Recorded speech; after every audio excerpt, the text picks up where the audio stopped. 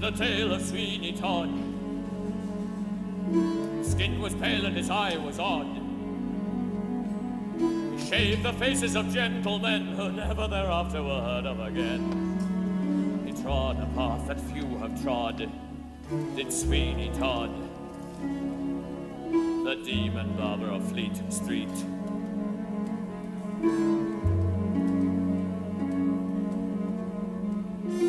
Kept a shop in London town of fancy clients and good renown.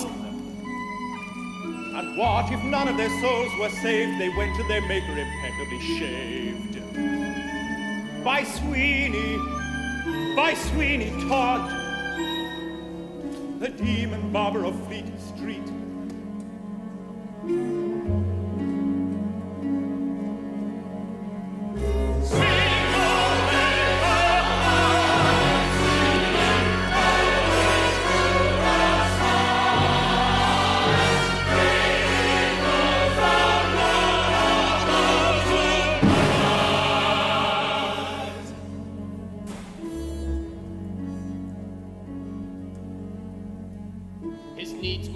His room was bare, a lavabo and a fancy chair, a mug of suds and a leather strop, an apron, a towel, a pail, and a mop. For neatness he deserved a nod, did Sweeney Todd, the demon barber of Fleet Street.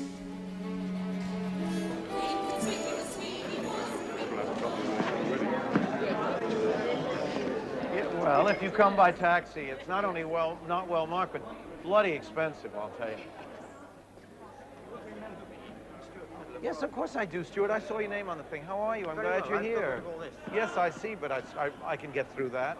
I'm glad you're here. You look very well, huh? Feel good. Pleased to be here, then. Good. See you around. Good, you bet.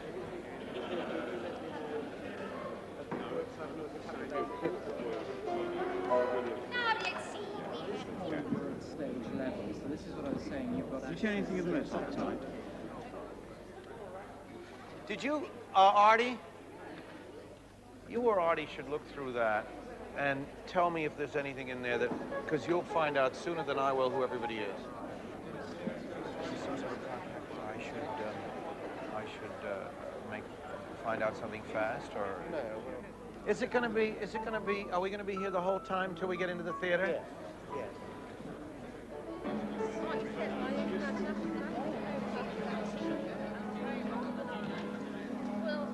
Good morning. School is convened. The credo that's kind of governed the work that Sondheim and I have done together has always been less is more. It's that old cliche that you've heard. Came around to doing Sweeney Todd. I found somewhere that another saying, which was that less is boring and that more is more. And it was obvious, it's been staring us in the face all these years. So we determined to go completely in the other direction and give more of everything than anyone had ever seen before.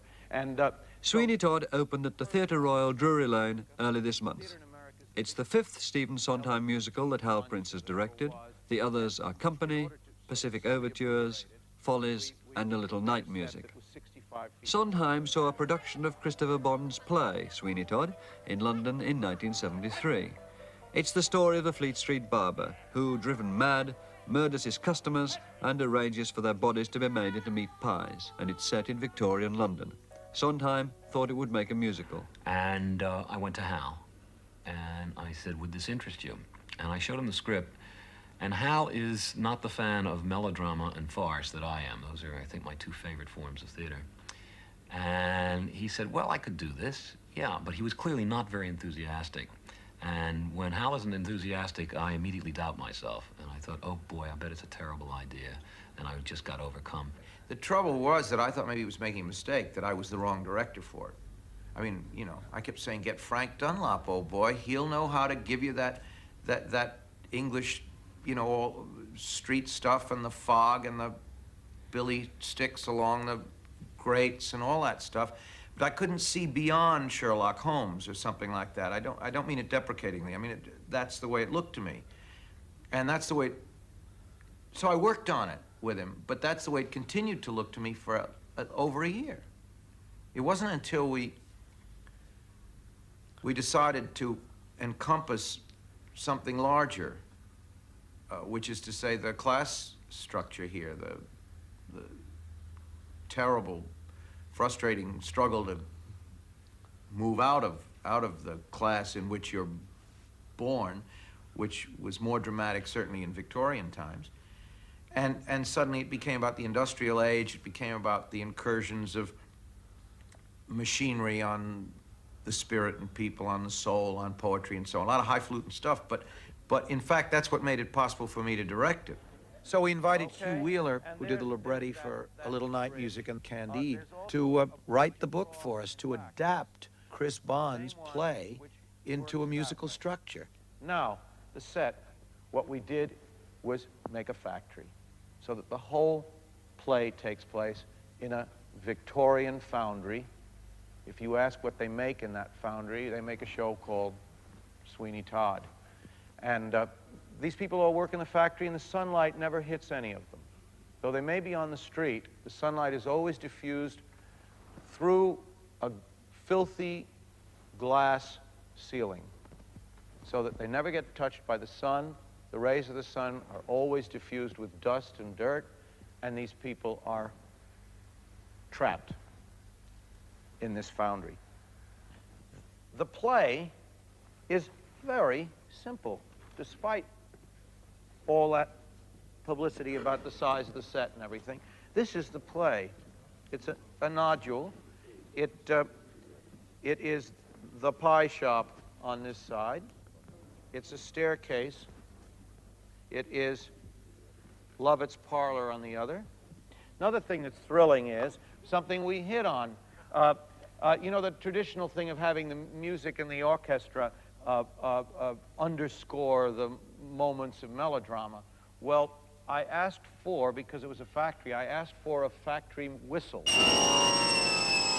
It's the most chilling sound. You'll hear it, and it's quite alarming. The first time it goes off is right at the beginning of the show, and it has the effect of scaring the hell out of the audience. And you hear a terrible scream from a dozen people in the house, and then we get on with the show. Well, every time there is a murder, that factory whistle goes off, and every time there is some ominous presentment of shame, the factory whistle goes off. A guy, innocent, ordinary, like you or me, his life is suddenly invaded because he has a good-looking wife, right? It's the only reason. He has a good-looking wife, and his life is suddenly wiped out. He is framed for something he didn't do and packed off to Australia for 9, 15 years or whatever. Taken out of the game. When he comes back, he's going to be different, and indeed he is. He sets about, in the first place, paying back what's been done to him.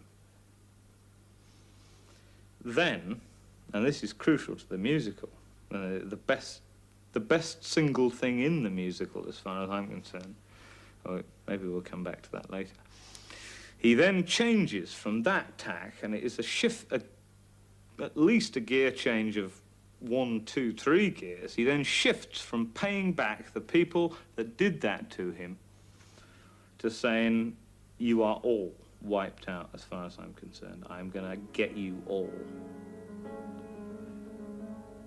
He kept a shop in London town of fancy clients and good renown. And what if none of their souls were saved? They went to their maker impeccably shaved. Sondheim wanted Sweeney's music to create a dark and threatening mood, and for this he drew strongly on a traditional tune from the Requiem Mass, the Dies Irae, itself concerned, like Sweeney, with death and vengeance. Sweet glory to light, sweet, holy to the skies, bring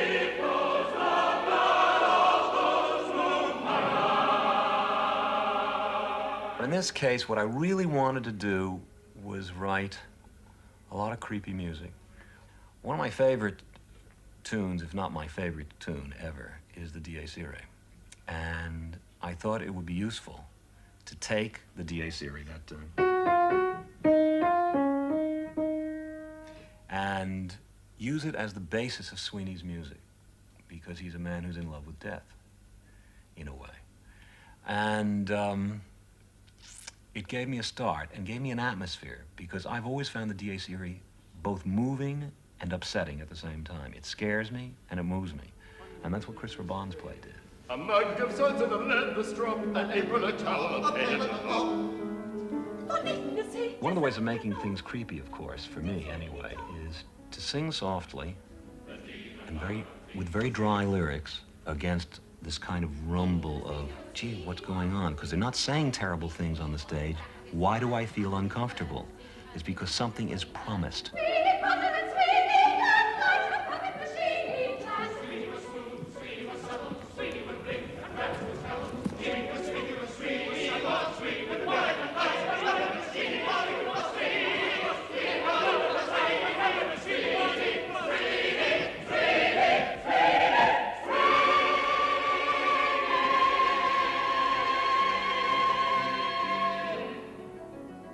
Attend the tale of Sweeney Todd. Attend the tale of Sweeney Todd.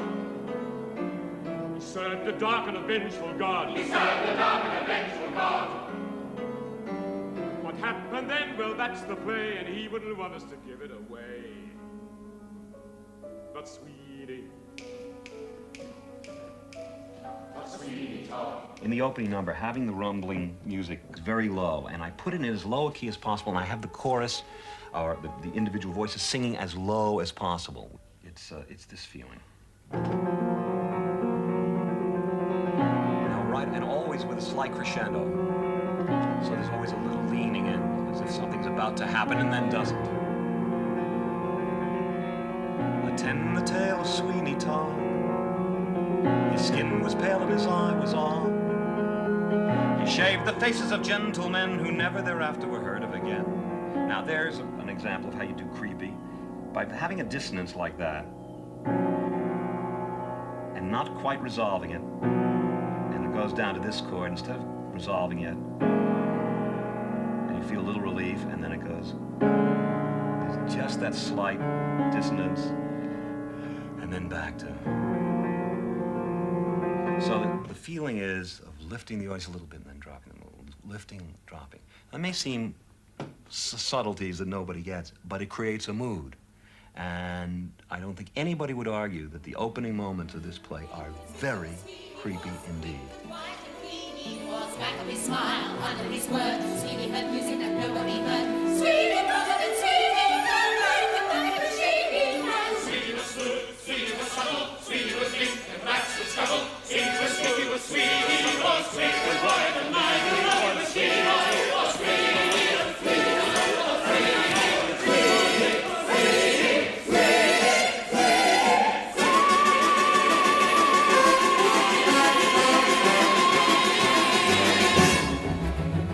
Attend the tale of Sweeney Todd. Attend the tale of Sweeney Todd. He served a dark and a vengeful God. He served a dark and a vengeful God. What happened then? Well, that's the play, and he wouldn't want us to give it away.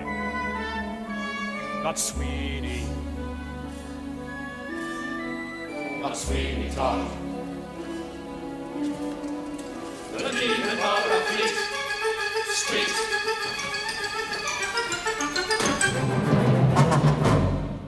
He comes back, basically, to find his family.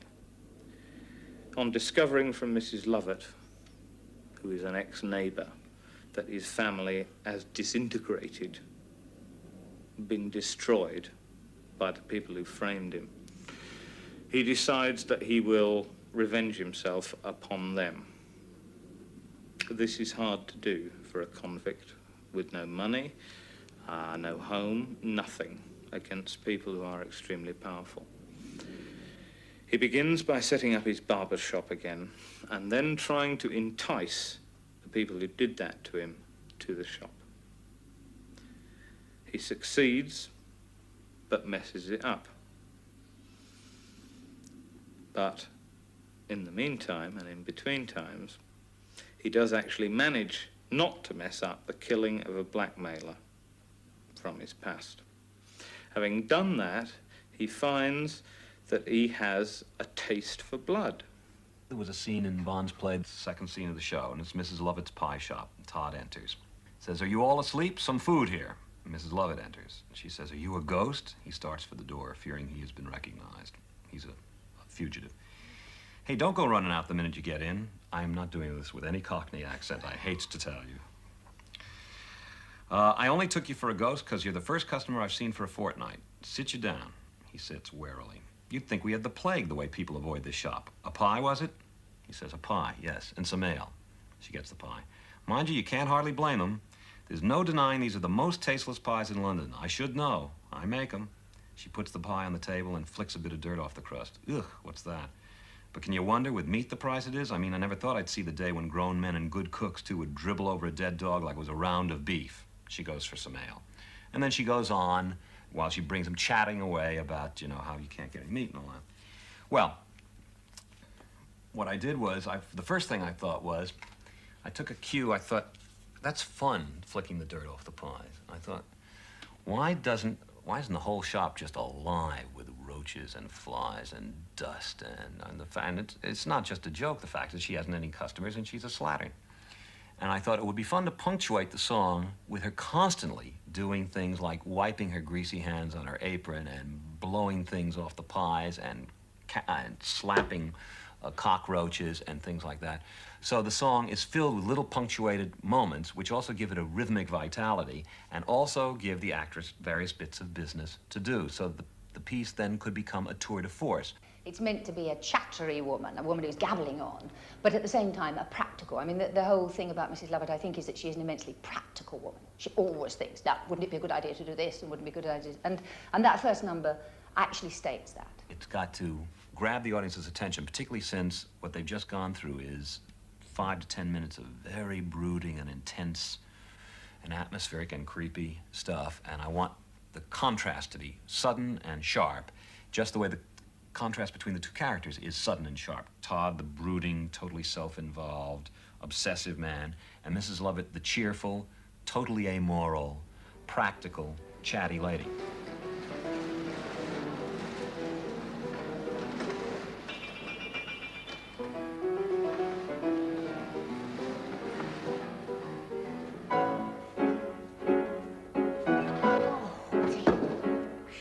I figured she should be on stage first. I have her cutting dough. And the first thing she does is stick the knife in the counter. I thought, that's the way to start the number, is with the punctuation of the knife in the counter. Ah! A customer! Wait, what you rush, what you hurry? You gave me such a fright, I thought you was a dead. Everybody comes, just sit you down, sit. When she says, sit you down, sit, she takes the stool and slams it on the ground for him to sit on and blows dust off the pie, and then she plucks something off a pie and drops it, and then she flicks something else. From the way that people keep avoiding. And then she smashes a cockroach. I try, sir, look, but there's no one comes in even to inhale. Right you are, sir, would you like a drop of ale? Well, I've got 3 things I'm thinking of. A, not to destroy my voice.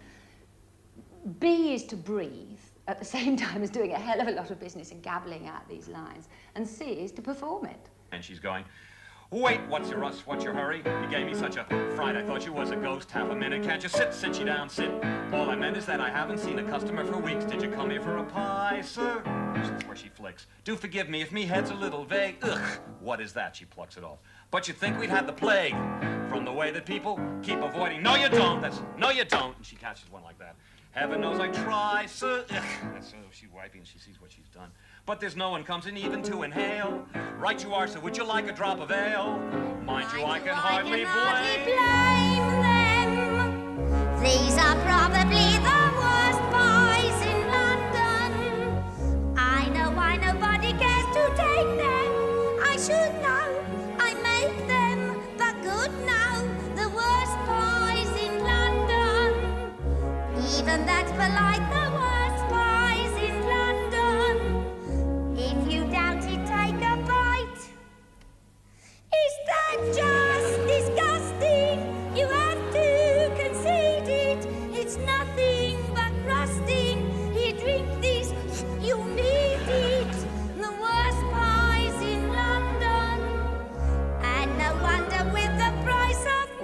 what it is when you get it. Never thought I'd live to see the day. Men would think it was a treat. Find it poor animals what are dying in the street. Mrs. Mooney has a pie shop, does a business, but I've noticed something weird. Lately all her neighbours' cats have disappeared. Had to hand it to her, what I calls enterprise.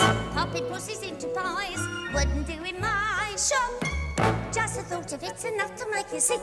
And I'm telling you, them pussy cats is quick. No denying times is hard, sir. Even harder than the worst pies in London. Only lard and nothing more. Is that just revolting? All greasy and gritty.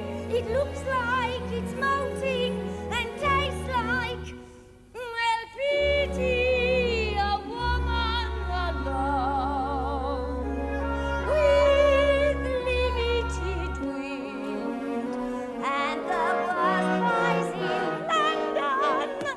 Ah, sir, times is odd, times is odd.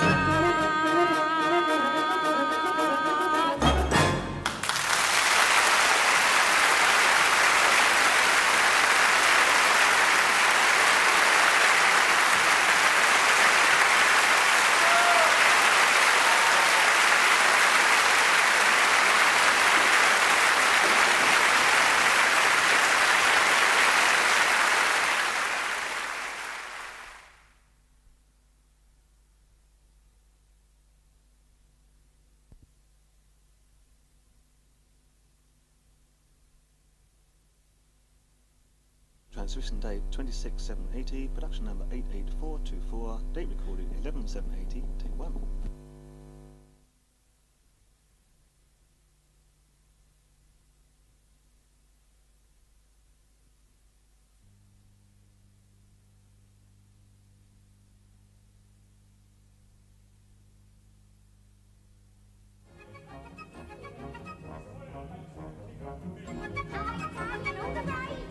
Not for long. Oh, Mr. Tate, you really think you can do it? By tomorrow they'll all be flocking to me like sheep to the shore. Big about it. There was the scene in Bond's play, in which is necessary to the plot, which is the bane, I'm sure, of, I was going to say of every opera composer's existence, but probably some of them enjoy it. I can't stand it. When you've got what I call a peasants on the green sequence. That is to say, where you have a crowd, and there's absolutely no reason that all the crowd should be singing the same thing, and yet they're a chorus, and they have to sing the same thing. And suddenly the reality of the scene goes out the window. From now on you could waken at ease. Once I too had a noggin so shiny and bare that me friends were The scene is one in which a charlatan, barber and seller of hair tonic named Pirelli, in which the apprentice is trying to sell this perfectly terrible hair tonic to a crowd. 'Twas Pirelli's miracle elixir. That's what did the trick, sir. True, sir, true. Was it quick, sir? Did it in a tick, sir? Just like an elixir ought to do. It occurred to me that the way to treat it was that some members of the crowd would want to buy it, and some members of the crowd would be hesitant about buying it. And the function of the scene is that Sweeney comes into it and puts the hair tonic down. That is to say, he inveighs against it so much that Pirelli has to make an appearance, and then Todd is enabled by that to challenge Pirelli to a contest, a barbering contest, and that's how he establishes his reputation. That's the function of the scene. It's an unavoidable scene because Todd has to establish his reputation or the plot can't go on. So I was faced with that problem, and I thought, okay, it's primarily a static song. I mean, until Todd comes into it, it's just, buy this hair tonic. No, I won't. Buy this hair tonic. Yes, I will. Buy this hair tonic. Maybe I will. That's the only thing you can have between Tobias and the crowd. I couldn't think of anything else. And that is the kind of scene that drives me crazy in operas. Unless the chorus singing is very, very thrilling indeed. It's, come on, let's get on with the story. I got the idea. Pirelli's miracle elixir, grow a little wixer, then some fuzz. The Pirelli's sooner make it fixer, like a good elixir always does. Trust the Pirelli's if your hair is sixer, fix it in an elixir, don't look grim. Well, clearly it had to be a developed number, And I also had to get Todd into it. And of course, by the time Todd comes into it, then the number does start developing, has a dramatic shape, and the last half of the number is fun. So I thought, there are numerous devices to keep an audience interest alive. Probably the easiest and most effective and most legitimate one is to write a lyric that is fun in and of itself. And faced with that problem, the solution seemed to me to be staring me in the face because Bond called this hair tonic Pirelli's Miracle Elixir. Well, elixir immediately suggests a series of rhymes that have to do with the word sir, such as trick, comma, sir, nick, comma, sir. Was Pirelli's miracle elixir, that's what did the trick, sir. True, sir, true. Was it quick, sir? Did it in a tick, sir? Just like an elixir ought to do. And I thought I could build up enough of those so that the number would have a certain dazzle to it, so that the lyrics would have a certain delight in and of themselves, simply because the rhyme would keep on going, and you'd wonder, as in a good Cole Porter song, how many variations he can make on it. What it is a series of rhymes for elixir. I don't know how many, but I'll bet there are 15 or 18, none of which are repeats. I mean, I never use nick twice or trick twice. But ick is a very easy word to rhyme in the language. So once you've got the idea of ick, sir, you've got a lyric made. By Pirelli's miracle elixir, anything what slicks soon sprouts curls. Try Pirelli's when they see our fixer. You can have your fixer of the girls. Wanna buy a bottle, miss? What is this? Smells like piss. Smells like piss. This is piss. Piss with ink.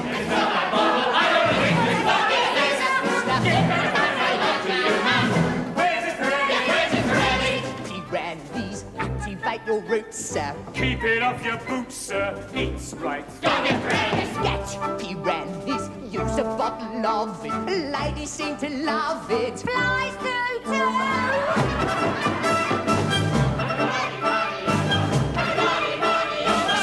Pirelli's miracle elixir, grow a little wixer, then some fuzz. The Pirelli's sooner make a fixer, like a good elixir always does. Trust Pirelli's if you're every sixer, fix it in the elixir, don't look grim. Just Pirelli's miracle elixir, that'll do the trick, sir.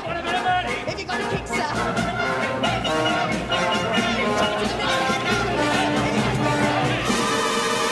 Talk to him. I am Adolfo Pirelli, the king of the barbers, the barber of kings, e buongiorno, good day. I blow you a kiss.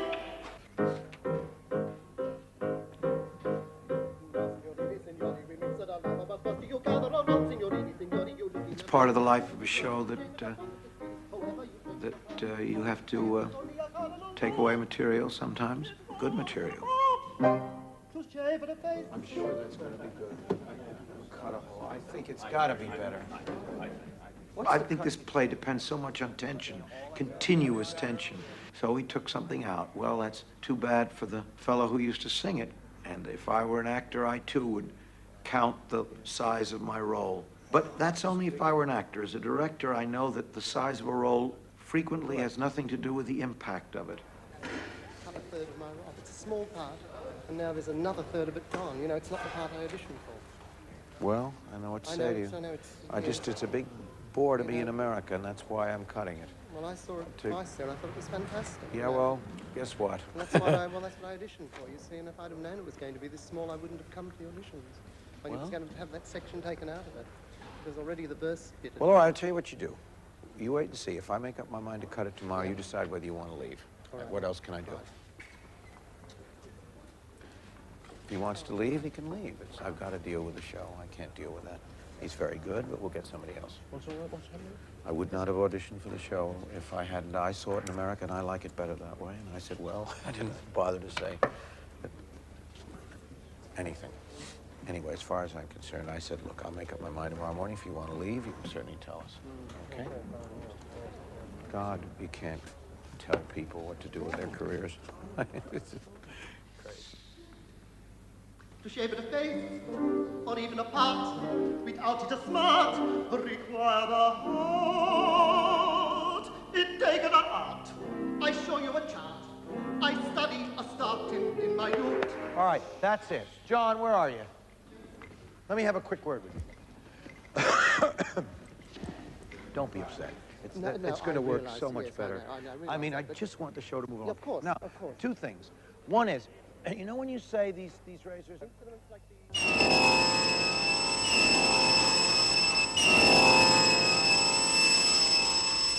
The legend of Sweeney Todd has been frightening and delighting people for over a century. The earliest reference comes from Paris, when around 1800, the true story was reported of a French barber who murdered his customers and had a pastry cook make them into meat pies. That story was picked up in England by the writer Thomas Prest, who reset the barber's shop in Fleet Street. Sweeney Todd appeared in a story called The String of Pearls, published in 1846 in the People's Periodical. But the idea persisted that there had been a real English Sweeney Todd. He was supposed to have lived in Fleet Street in the 1780s, a grim period when robbery and murder were commonplace.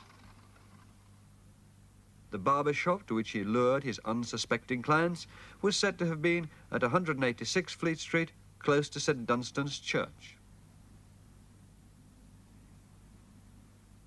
In 1831, when the church was rebuilt, piles of human bones were found which no one could explain, lending a tantalizing hint of truth to the legend.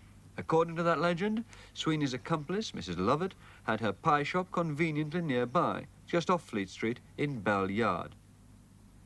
It was here that the dead bodies were taken and packed into pastry cases. There were vaults and tunnels running under St. Dunstan's, and they linked Bell Yard with the dark alleyway at the back of Fleet Street, behind the barber's shop. Those vaults are still in existence today and look as sinister as they did 100 years ago. The earliest stage version appeared in 1847. It was written by George Dibdin Pitt, and it was even more melodramatic than the original. Then in 1878, Charles Fox published another written version in 48 parts. Others followed, and in each, Sweeney became more and more villainous. More recently, the actor Norman Carter Slaughter devoted his career to Sweeney, even changing his name to Todd Slaughter in deference to the character. He played the part over 4,000 times and took Sweeney to the cinema in 1936. Been long from England, sir? 12 years. Your friends and relations will be glad to see you back. I've no relations that I trouble about, or who trouble about me. And friends? None in this country. All alone in the world, as one might say. Well, not quite. I've brought plenty of companions with me who'll make me friends wherever I go. I understand, sir. Golden companions with the head of His Majesty on them, eh? They're the best friends a man can have. You are wise to keep them with you, sir. Banks can't be trusted. Is the soap to your liking? Most delicately perfumed. And the water hot enough? Perfect. Then we'll see if my razor will suit you. Tobias, go and see the time by the clock at St. Dunstan's.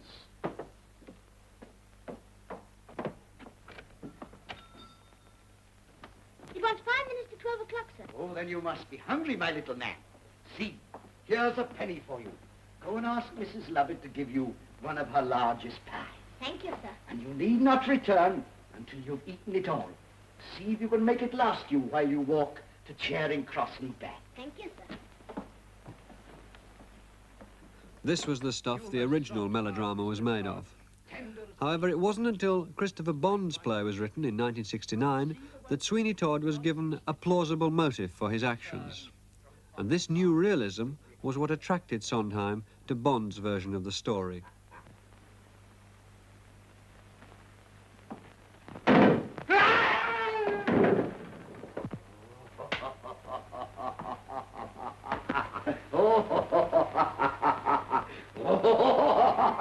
Christopher Bond's play is a story of revenge, and when Sweeney misses his chance for revenge, he's driven to madness.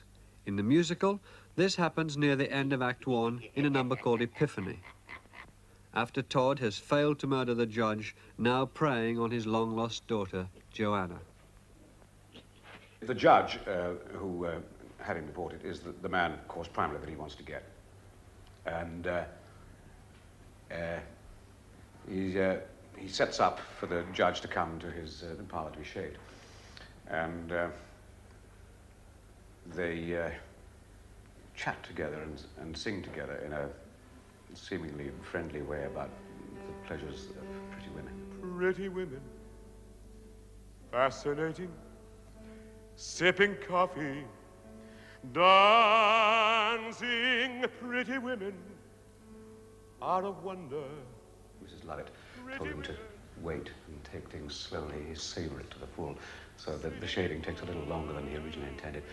And just as the razor was coming, there is an interruption. So just when he's steeled himself to do it, he is thwarted and goes raving.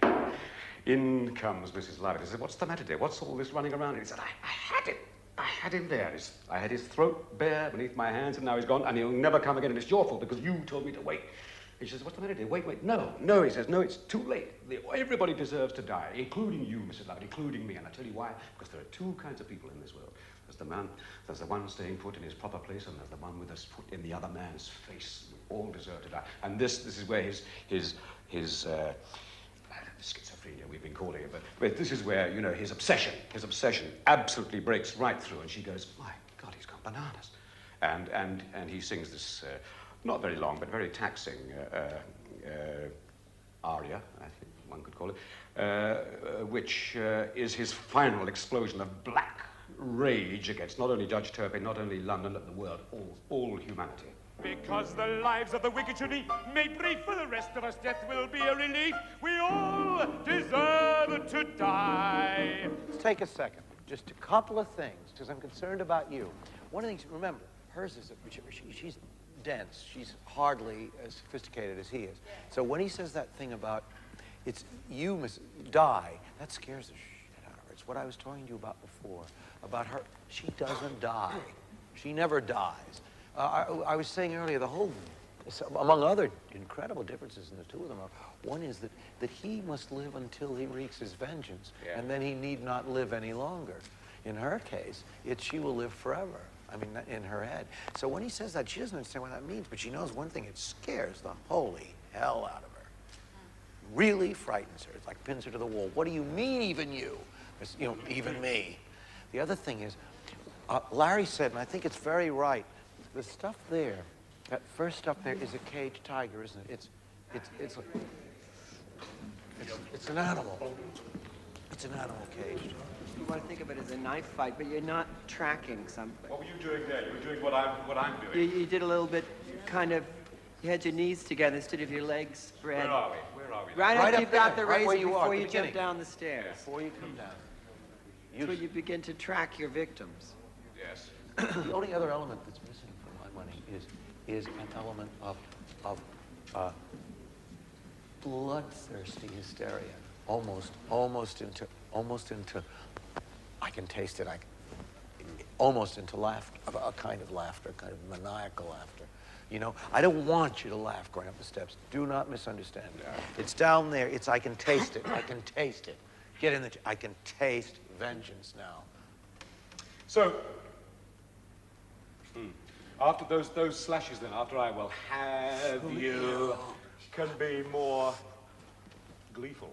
Yes. Gleeful. No phony laughs going up the stairs. No, That's not what nobody wants that. We'll have the music and we'll go on. I won't press it vocally, but I... Okay, all right. No, I love even you, Mrs. Lovett. That's what's frightening. I had him, and then... There's a sailor bus in here. I know I saw the boat running down the street, and I said to myself, the pest. I had him! His throat was there beneath my hand. Oh, now don't threaten. No, I had him! His throat was there. This was the most difficult number I had to write, in that I had to motivate Todd from wanting to kill one man to wanting to kill everybody. He'll never come again! And what I did was I took his motifs and the Dies Irae, and I mixed them together into kind of a nightmare piece. The major point of this number is that the mood changes constantly, that you're watching a man's mind crack. So it goes from keening lyrical things when he's mourning his dead wife, which is a theme that plays throughout the show, this theme that has numerous purposes, which I will not go into since it might give something away, but this theme of, you have the accompaniment going. You have, I'll never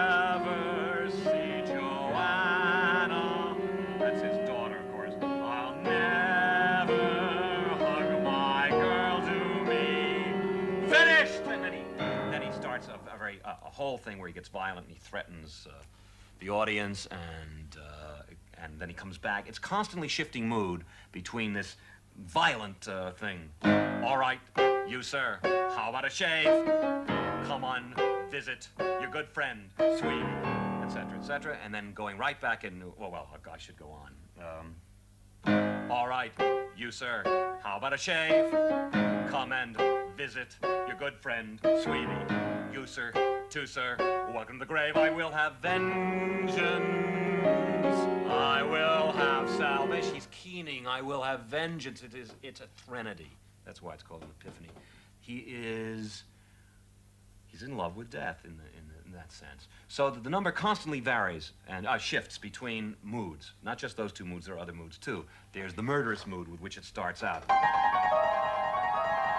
When he absolutely goes totally ape. And there are these percussive chords that come throughout, which is like somebody just going crazy, just going over and over and over again.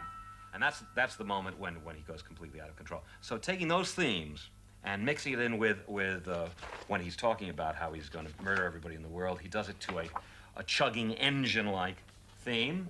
And he has just said the orchestra is going crazy with him. And he's saying, there's a hole in the world like a great black pit that is filled with people who are filled with shit, and the vermin of the world inhabit it. And he says, but not for long. And of course, that's the Dies Irae disguised.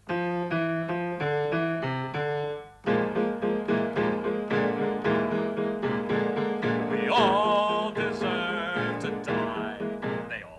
They all deserve to die. Even tell you why I haven't done this once more. They all deserve to die. Tell you why, Mrs. Lovett, tell you why. Because, and then it goes on, and I'm not going to do the whole piece, but it keeps switching between quick and slow and violent and lyrical, and it's a guy going crazy is what it is. All right, you, sir, how about a shave? Come and visit your good friend, Sweeney. You, sir, too, sir, welcome to the grave. I will have vengeance. I will have salvation. Who, sir? You, sir. No one in the chair. Come on, come on. Sweeney's waiting. I want you bleeders. Who, sir? Anybody? Gentlemen, now don't be shy. Not one man. No, not 10 men. Nor 100 can assuage me. I will have you.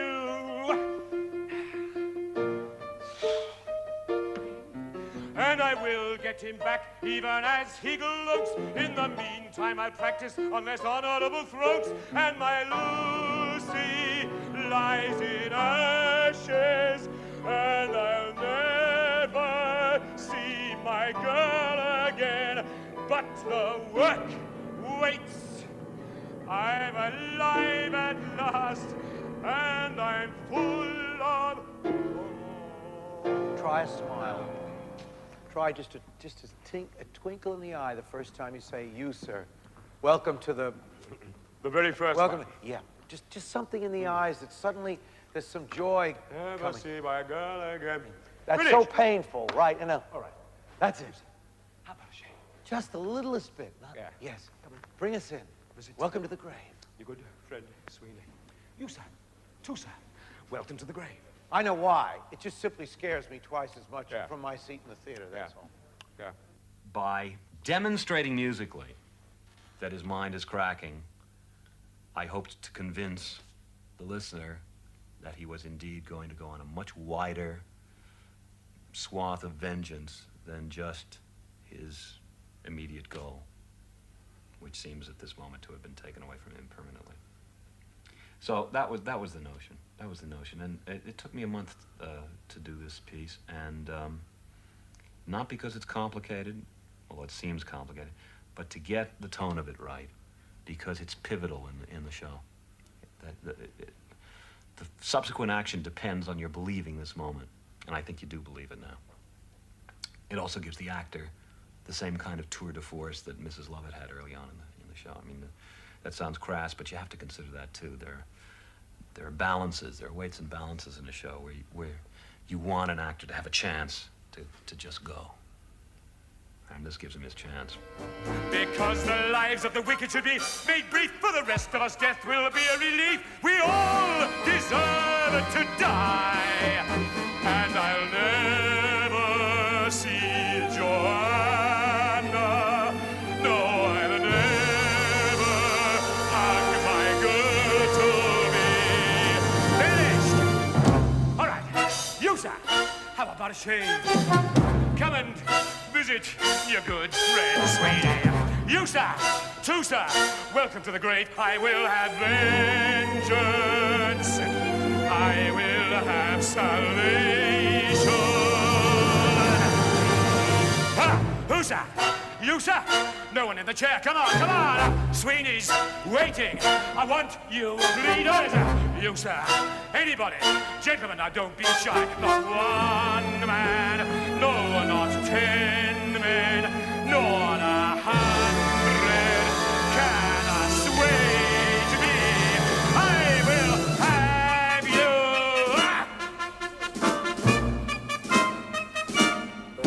And I will get him back even as he gloats. In the meantime, I'll practice on less honorable throats. And my Lucy lies in ashes, and I'll never see my girl again.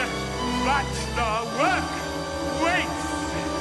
I'm alive at last, and I'm full of joy.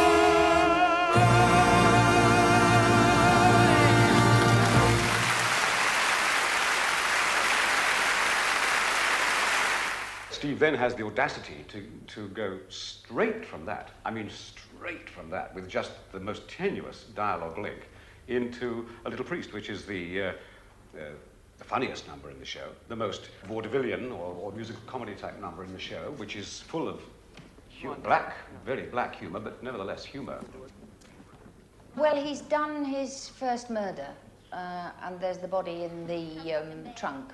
So there they are, stuck with this body, which Todd isn't overly worried about, but poor Mrs. Lovett's stuck with a body in her parlour and is in a panic. What to do? How do we get rid of the body, for God's sake? And he won't listen to her because he's just done this big number, Epiphany, which is the revenge motive. So she's just saying, come on, what are we going to do about the body? God. Then she gets this idea. You know me. Bright ideas just pop into my head. Seems a downright shame. Shame? Seems an awful waste. Such a nice plump frame. What's his name? Has. She hasn't got enough stuff for her pies, and Mrs. Mooney uses pussies, but she's out of wind and she can't catch these pussies for pies. So there's this lovely bit of flesh up in the trunk. How about it? And then they go into this fantasy of all the various flavours that they'll make pies. It sounds ghastly, but it is very funny, actually. You need it at that point. I mean, with the price of meat, what it is, when you get it, if you get it. Good, you've got it. Take, for instance, Mrs. Mooney and a pie shop. Business never better, using only pussycats and toast. Now a pussy's good for maybe 6 or 7 at the most. And I'm sure they can't compare as far as taste. Mrs. Lovett, what a charming notion, eminently practical, and you're the prettiest as always. Mrs. Lovett, how I did without you all these years, I'll never know. Think about it. Lots of other gentlemen will soon be coming for a shave. How choice, how rare, for what's the sound of the world out there? What, Mr. Todd, what is that sound? Those crunching noises pervading the air. Yes, Mr. Todd, yes, all around. It's man devouring man, my dear. Then and who are we to deny it in here? These are desperate times, Mrs. Lovett, and desperate measures are called for. Here we are, hot from the oven. What is that? It's priest. Have a little priest. Is it really good? Sir, it's too good, at least. Then again, they don't commit sins of the flesh, so it's pretty fresh. Awful lot of fat. Only where it's at. Haven't you got poet or something like that? No, when they're as scrawny as poet, you don't really know it. No. What is that line? No, when it's as scrawny as poet, you don't always know it's deceased. Try the priest. Heavenly. Not as hearty as bishop, perhaps, but not as bland as curate either. And very good for business. Always leaves you wanting more. The trouble is, you only get it on Sundays. Whoa! Did I say Friday? Yeah. Oh, God, I'm going mad. Trouble is, you only get it on Monday. Trouble is, you only get it on Sundays. Mrs. Lovett, she thinks that she's got through to him. I mean, that's her motive all the way through the number. Aren't I clever? Wouldn't it be lovely if we did this? And she's leaping around thinking, oh, God, he loves me, and I've thought of something wonderful. Although she didn't think of it for that reason. She thought of it for practicality, because she needs meat for her pies. But then she thinks, when she sees how pleased he is. But I think Todd is really only going along with her because it actually is a way of disposing of the bodies. And also it appeals to his slightly warped sense of humour. But I don't think they ever have much in common, really. She's too light-headed and not so obsessed, or not the same obsession. There's an element of her wanting to please Yeah, him through this that's what I'm entire trying to song. do. Go with it. I'm trying to First, do that. go That's what all with that it. dancing round Go- him is meant to go be. with it. It's terrific. I mean, just really go with it. 'Cause you're never quite secure, are you? No. You're right back to Absolutely one not. each time. Mhm. You're trying again. He goes, then he pulls back. Then you try again. Yeah. But that'll keep something going in the number that's tense. I guess that's what I mean at the beginning of the number, the tentativeness of the awfulness of the idea. I mean, he's been screaming and shouting. He might easily cut my throat. Not coy. That's the only. I can't think of another word. Okay. For what makes it seem cute, but coy. All right. And if it's not coy, then tentative's fine. But I want to get this wariness of this animal that she suddenly sees. And it's there, right? Ingratiating. You start to be, and then he pulls back. Yeah. It's up to me a lot too, isn't it? It means that even when I get gleeful, it's got to be a dangerous physical animal gleefulness. Yes. Then there's this tension, which I think then keeps it right in the show where it belongs. That's really all. Yeah. And it never turns into hijinks. Yeah. You know, that's all. Yeah. It's hard. It's an awfully narrow line to tread, isn't it? Sure is. The function of this number, of course, is not only to give a rousing finale to Act One, but also to further the plot, because this is where the partnership is formed between Mrs. Lovett and Todd, but also, of course, by this bold stroke of throwing the funniest number straight after the blackest number to give the audience the most colossal sense of release and relief after this awful confrontation with blackness and despair, to have this marvelous release into laughter, albeit very, very chilling laughter. It brings the curtain down for the interval on a note of terrific demonic glee instead of demonic hatred. Have charity towards the world, my pet. Yes, I know, my love. We'll take the customers that we can get. High born and low, my love. We'll not discriminate great from small, though we'll serve anyone, meaning anyone, and to anyone at all.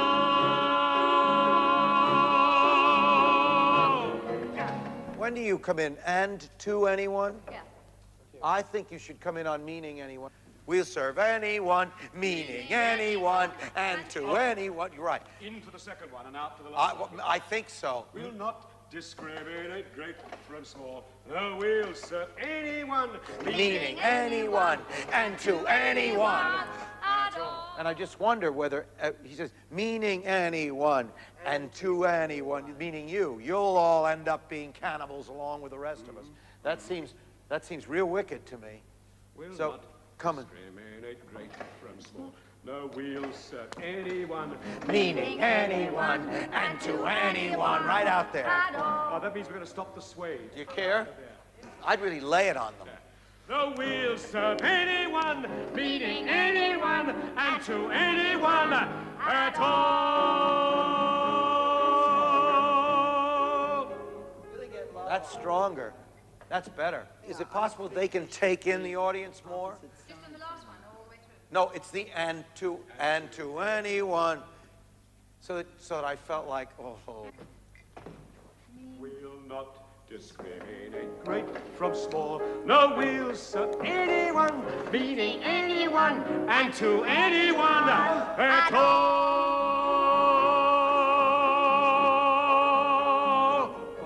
The history of the world, my sweet, Oh, Mr. Todd, what does it tell? is who gets eaten and who gets to eat. And Mr. Todd, who gets to sell? But fortunately, it's all so clear That everybody goes down well with beer. Now, since Marine doesn't appeal to you, how about Rear Admiral? Too salty. I prefer general. With or without his privates? With his extra? What is that? It's fop. Finest in the shop. Or we have some shepherd's pie peppered with actual shepherd on top. And I've just begun. Here's a politician so oily, it's served with a doily, not one. Leave it in the sun. Well, you never know if it's going to run. Dry the fryer, fried it's drier. No, the clergy is really too coarse and too mean. Then actor, that's compactor. Yes, and always arrives overdone. And come again when you have judge on the menu. Wait! We may not have judge yet, but we have something that you may fancy even more. What is that? Executioner.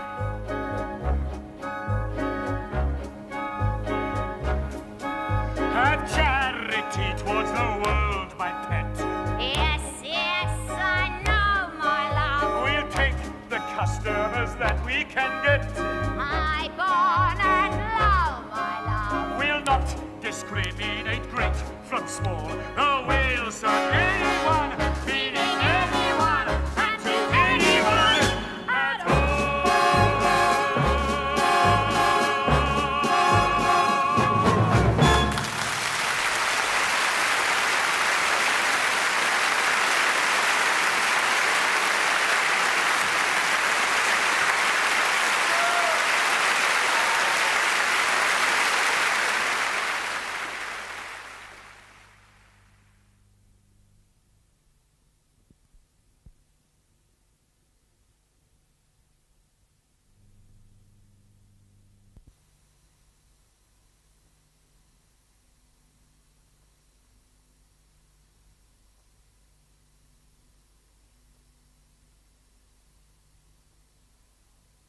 Sweeney Todd, Part 3, transmission date 26/7/80, production number 88424, date recorded 11/7/80, take 1.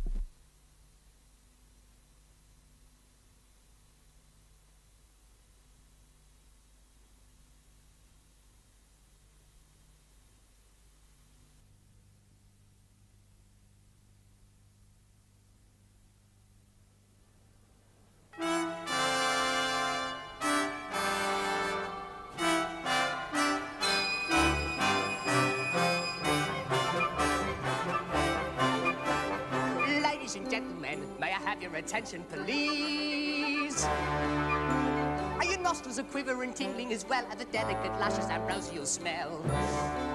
Act 2 opens up with a roaring success, that they are making the most popular pies in London out of these people. Sweeney has a nagging doubt. Something doesn't quite ring true. He's not entirely happy, despite the fact he's prosperous, despite everything else. He still wants to go ahead. He still wants to get the people who destroyed his former life, his personality, if you like. The problem with the opening of the second act was that I had to establish an awful lot of things at once. I had to establish the fact that the meat pie shop is now turned into a thriving business and that there are gardens in the back with singing birds and terrible little potted palms, and that Mrs. Lovett is, you know, upwardly mobile, and she's got this, her new hostess gown on. And at the same time, Sweeney is in his barber shop awaiting the arrival of his brand new barber's chair. And they have to test out the chair. And she has to sell meat pies. And they have to run out of meat, so that they have to get some more. And there are many things that have to happen in this number, and yet it had to be held together so that it wouldn't be just a series of disparate numbers.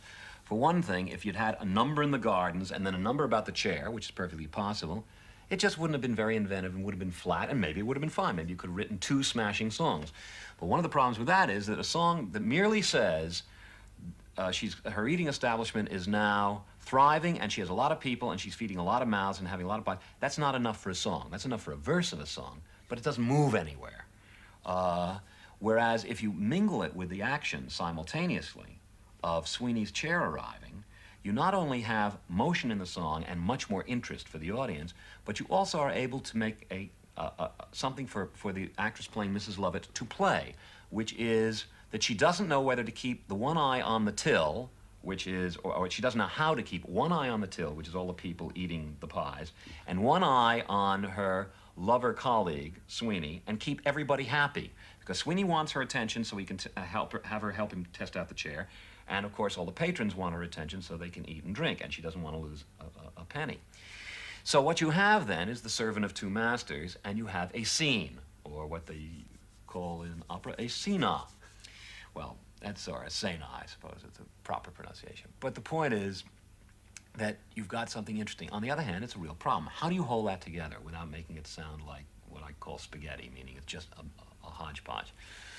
Well, one of the ways you do that is you plot out the action very carefully. I plotted out the scenario of what happens in that number within an inch of its life. I had plotted it for separate tables, and then Hal had this dazzling idea of having it all done at one table, which is just so extraordinary. But it still amounts to the same thing because she still addresses different patrons. But the idea was that she would be going from table to table, and then off on the other side of the stage, Sweeney would be whispering to her and saying, "Psst, come here, come here, come here, and the chair is coming." Well, I plotted out each individual action, who she served pies to, how much ale she sold, which of the patrons got drunk, which didn't, which paid for their food or not, because it always worked in the lyric, even though it goes by so fast that nobody in the audience may hear it. But the actress has something specific to play. She knows that she's got to treat that patron that way and that patron that way. She's got her assistant, Tobias, the kid, and he has to help her out. He has to carry things, and it was very carefully plotted who he would carry things to and where and all that. And then of course, her stuff with Sweeney and the use of all the stuff with the chair, of course, has to be plotted within an inch of its life, too, because that's a matter of timing, of testing out the chair and making the audience understand the way the chair works. Tobias is an apprentice to a seller of hair tonic in the first act, and he is taken over by Mrs. Lovett, and in the second act is selling meat pies. So, of course, the theme that he sang in the first act, which was called Pirelli's Miracle Elixir.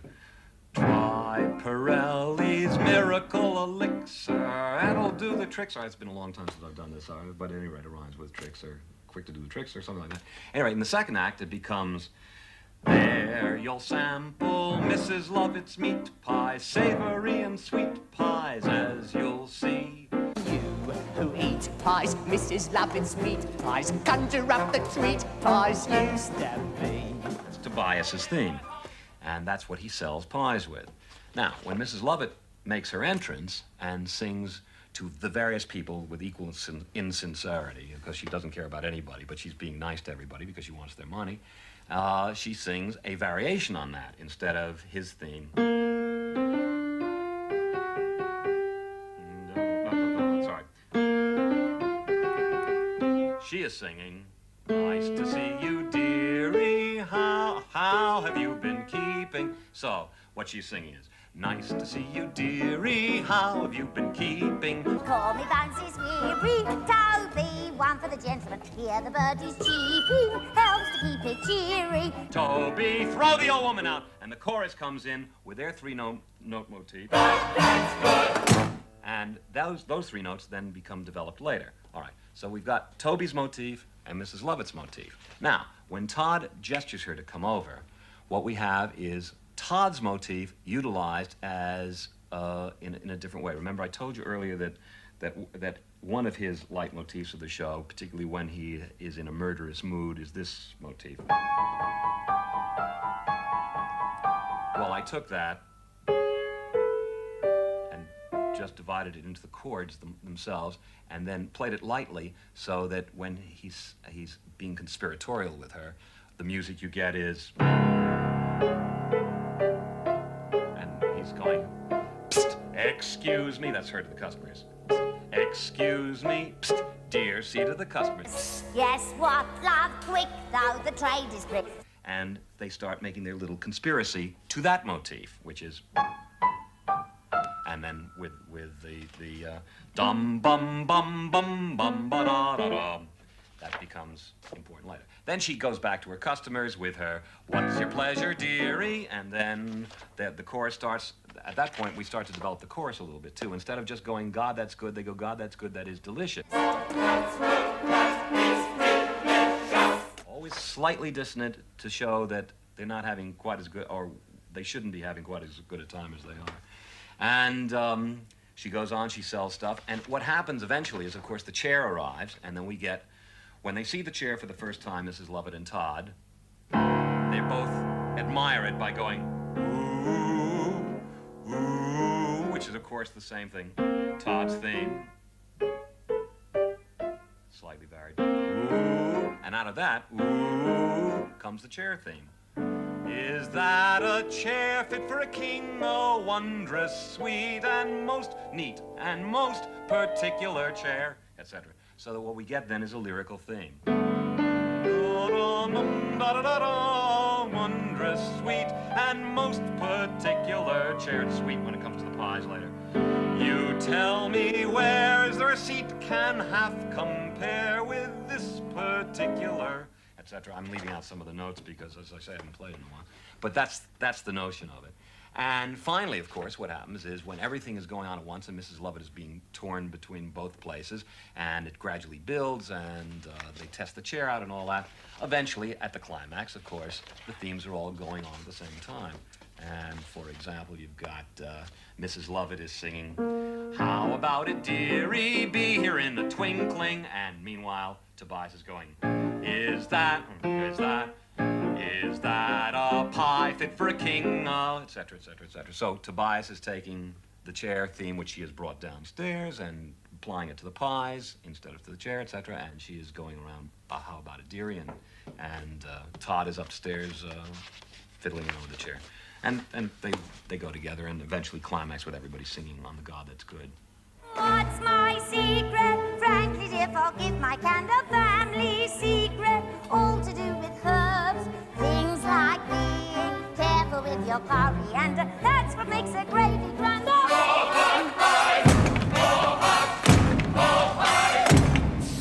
Excuse me, dear, see to the customers. Yes, what? Now, quick, though the trade is brisk. But it's here. It's where? Coming up the stair. I'll get rid of this lot while they're still pretty hot, It's and then about I'll to be be there. over, don't you care? I'll be there, But we I'll be haven't there. prepared. The love will be so if I let it get cold. And incidentally, dearie, you know Mrs. Mooney, sales have been so dreary. Don't be, poor thing is penniless. What about that loony, looking sort of bleary? Oh, well, gotta come up and some, that'll be front and some.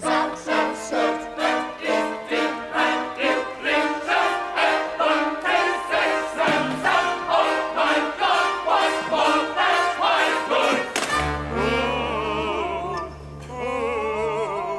Is that a chair fit for a king? A wondrous, sweet, and most particular chair. Now tell me, where is there a seat can half compare with this particular thing? I have a few minor adjustments to make. They'll take a moment. I'll call you. I have another friend. Is that a pie fit for a king? A wondrous, sweet, and most particular thing. You see, Mum, why there is no meat pie can compete with this delectable pie. The crust of velvety and gravy, that glaze, those crimps, and then those crimps.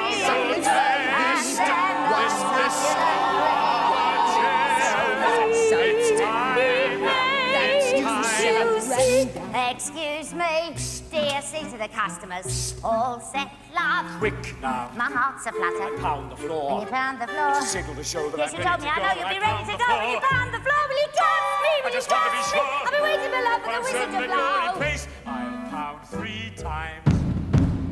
3 times.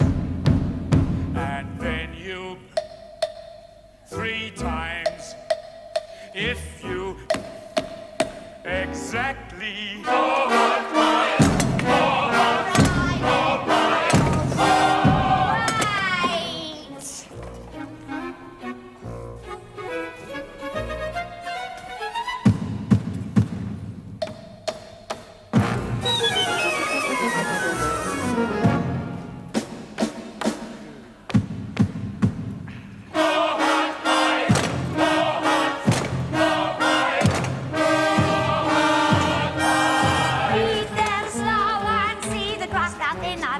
Eat them slow, cause everyone's surprised. Eat them slow, cause that's a lot. And now you sold it, down again tomorrow. Hold it.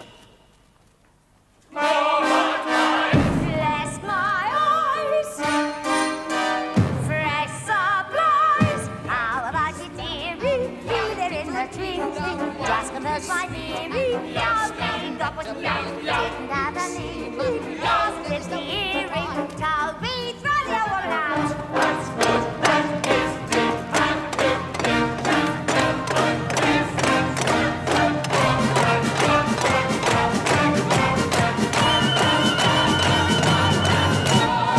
Well, you see, after God That's Good, where we see that they're now fairly prosperous, and the pies are going well, and the tonsorial parlour is also going well. The new chair arrives with the mechanism, and then we see a further stage. The next sequence is a further stage in Todd's madness.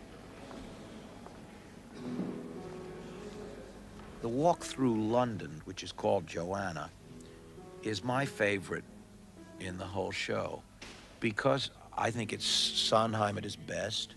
I think it's probably me at mine, and it represents a collaboration. You have Anthony looking, Joanna behind the bars of her cell in Bedlam. You see Sweeney in his shop reflecting on Joanna. You see the beggar woman wandering through London madly at night.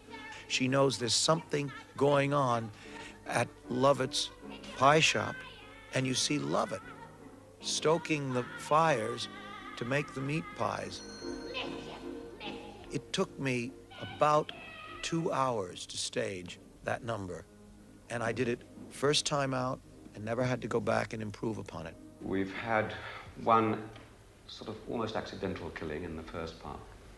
We've had his explosion of rage and madness. We now see the day-to-day routine, calm killing of a mass killer who has gone into another dimension, who can sing movingly and beautifully about his daughter, who must now be 16 or 17, that he's never seen since she was a baby.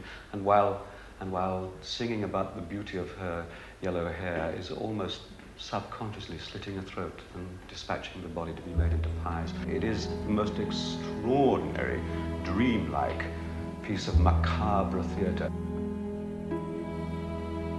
I feel you, Joanna.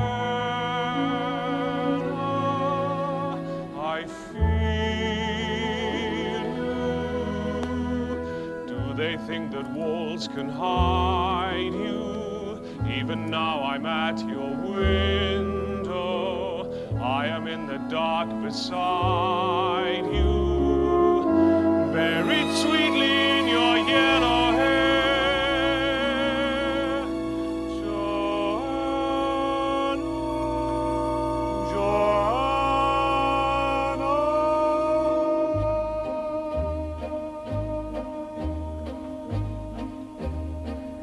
And are you beautiful and pale with yellow hair like her? I'd want you beautiful and pale the way I've dreamed you were, Joanna.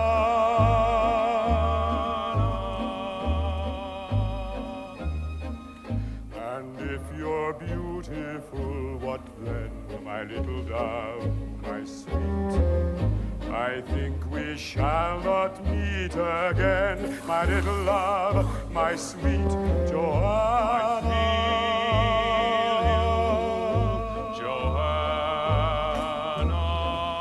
Goodbye, Joanna. You're gone and yet you're mine. I'm fine, Joanna. I'm fine. You almost want to laugh. You know, it's almost funny, it's almost tragic, it's almost pathetic, and it is all those things all in one, all tied up into this wonderful, lyrical, dreamy music. And if I never hear your voice, my turtle dove, my dear, I still have reason to rejoice, though ahead is clear, Joanna.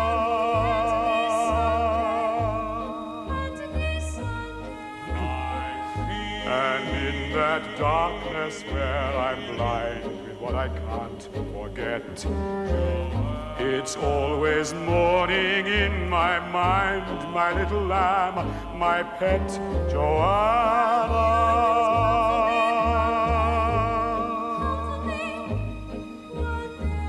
You stay, Joanna, the way I dream you are. Oh, look, Joanna, a star,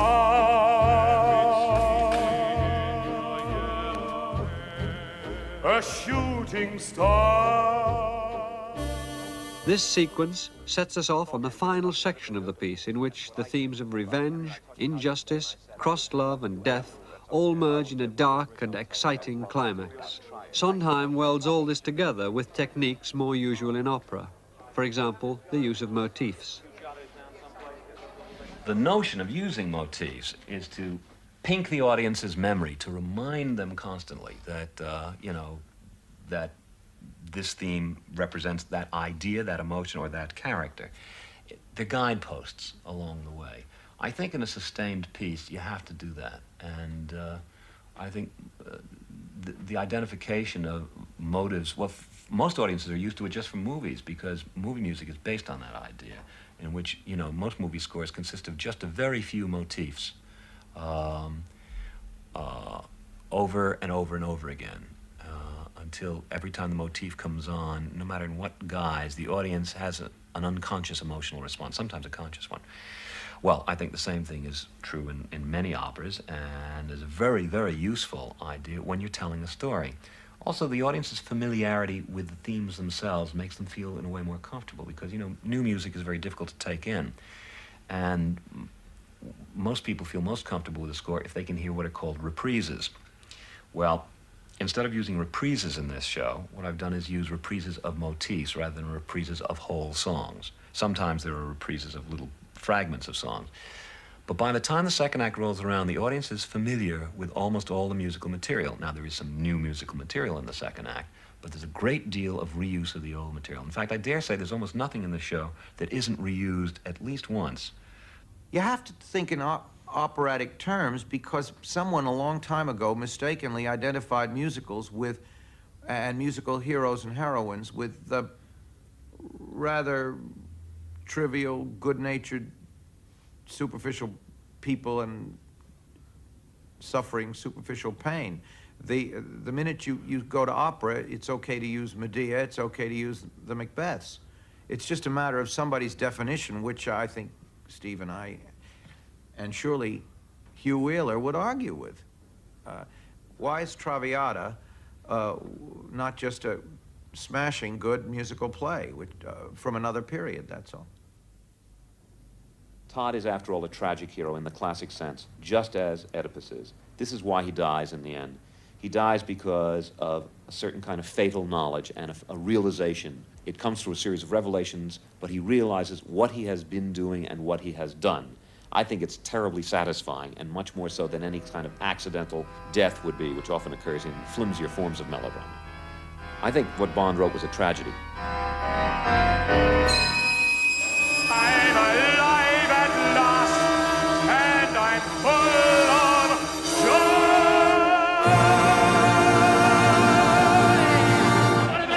Have you got a kick, sir?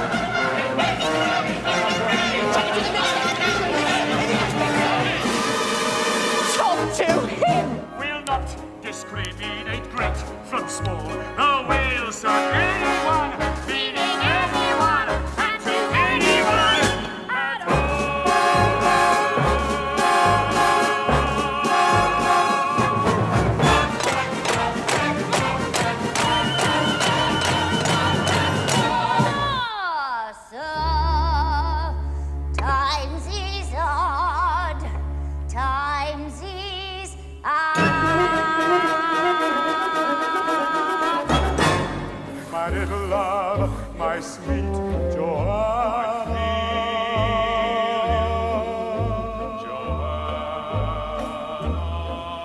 Goodbye, Joanna. You're gone, and yet you're mine. I'm fine, Joanna. I'm fine.